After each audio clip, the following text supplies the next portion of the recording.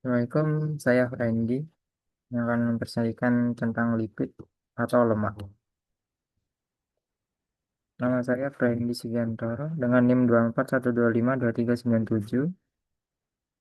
Yang pertama yaitu definisi lipid. Lipid adalah senyawa organik yang tidak larut dalam air, tapi larut dalam pelarut organik seperti ether, kloroform, dan benzena, tersusun terutama dari atom karbon C, hidrogen H, dan oksigen O. Lipid bersifat nonpolar atau hidrofobik, titik lelah tergantung panjang rantai dan tingkat kejenuhan. Klasifikasi lipid secara umum dibagi menjadi tiga, yaitu lipid sederhana, lipid kompleks, dan lipid turunan. Lipid sederhana yaitu lipid yang hanya mengandung asam lemak dan alkohol sebagai komponen utamanya, yaitu yang pertama trigliserida, yaitu penyusun utama lipid adalah trigliserida, yaitu jenis lipid sederhana, tersusun tersusun dari satu molekul gliserol yang terikat dengan tiga molekul asam lemak melalui ikatan ester. Struktur kimianya yaitu gliserol CH2OH-CH2OH CH2OH. Untuk asam lemak yaitu RCOH. Reaksi pembentuknya disebut esterifikasi. Yang kedua, lilin merupakan ester yang terbentuk dari reaksi antara alkohol berantai panjang ROH plus asam lemak RCOH menghasilkan ester lilin dan air. Bersifat sangat hidrofobik dan tahan air.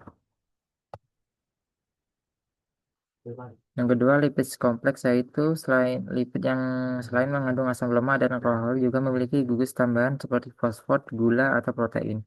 Fosfolipid yaitu adalah lipid kompleks yang tersusun dari gliserol, dua asam lemak, dan satu gugus fosfat yang dapat terikat dengan molekul lain seperti kolin, etanalomin, serin, atau inositol. Struktur ini membentuk fosfolipid amfipatik yaitu memiliki kepala hidrofilik larut air yang memiliki gugus fosfat bermuatan. Yang kedua, ekor hidrofobik tak larut air dua rantai asam lemak.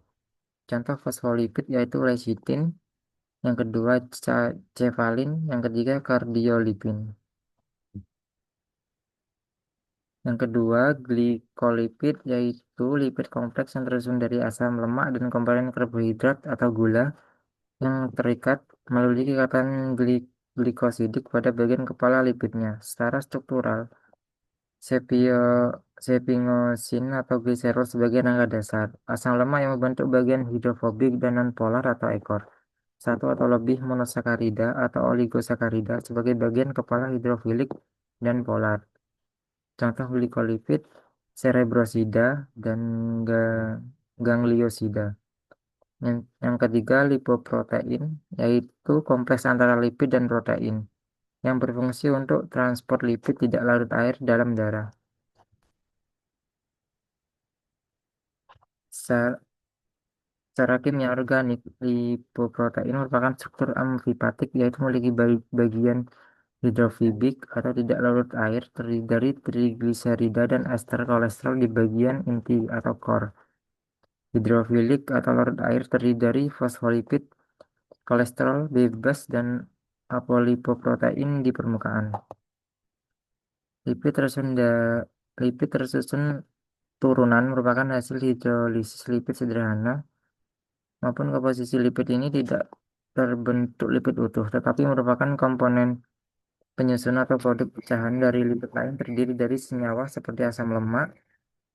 Asam lemak adalah rantai hidrokarbon panjang dengan gugus karboksilat yaitu min-CoH. Berdasarkan struktur kimianya terbagi menjadi asam lemak jenuh atau tidak memiliki ikatan rangkap. C rangkap 2C tidak leleh tinggi, contoh palmitat dan stearat. Asam lemak tak jenuh memiliki satu atau lebih ikatan rangkap, lebih cair pada suhu kamar, contoh oleat dan linoleat. Steroid memiliki struktur kasinti siklopentanoperhidrofenatren yang memiliki 4 cincin karbon. Komponen cincin steroid memiliki 3 cincin sikloheksana dan 1 cincin siklopentan. Salah satu contoh steroid paling penting adalah kolesterol. Yang ketiga, vitamin larut lemak. Vitamin larut lemak A, D, E, dan K sebagai lipid turunan karena bersifat nonpolar, larut dalam pelarut organik, dan berperan dalam proses biologis. Berikut merupakan identifikasi lipid menurut jurnal. Jurnal yang pertama yaitu uji lipid pada minyak kelapa, margarin, dan gliserol. Uji ketidakjenuhan atau uji iodin digunakan untuk mengetahui apakah asam lemak jenuh atau tidak jenuh. Digunakan sebagai Lot atau HAT digunakan sebagai indikator jika larutan awalnya merah muda lalu kembali bening. Itu menunjukkan adanya ikatan rangkap. Semakin cepat warna hilang, semakin tinggi tingkat ketidakjenuhan asam lemak. Minyak kelapa mengandung asam lemak jenuh yang ditandai dengan hilangnya warna merah muda, sedangkan margarin mengandung asam lemak tidak jenuh. Berikut merupakan hasil uji ketidakjenuhan pada lipid.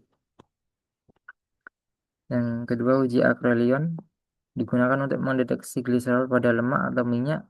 Jika dimanaskan dan mengalami dehidrasi akan terbentuk akrolian yang ditandai dengan bau lemak terbakar dan munculnya asap putih. Ketengian dari kedua sampel disebabkan oleh adanya reaksi antara molekul oksigen dengan asam lemak berikatan ganda. Ketengikan juga terjadi bila triasil gliserol yang mengandung asam lemak tak jenuh mengalami proses oksidasi. Minyak kelapa dan gliserol menghasilkan bau tengik menyengat pada uji akrolein yang disebabkan oleh terdehidrasinya asam lemak. Berikut merupakan reaksi antara gliserol menjadi akrolein. Yang kedua, pemisahan asam larut dari minyak inti sawit dengan metode saponifikasi. Proses saponifikasi merupakan suatu proses untuk memisahkan asam lemak bebas trigliserida dengan basa atau reaksi lainnya sehingga membentuk sabun atau reaksi yang terjadi ketika minyak atau lemak dicampur dengan larutan alkali. Saponifikasi dilakukan dengan mencampur 100 ml minyak inti sawit dan larutan NaOH. Konsentrasi 3,5, 4, dan 4,5 molar pada suhu 70 derajat Celcius selama 30 menit.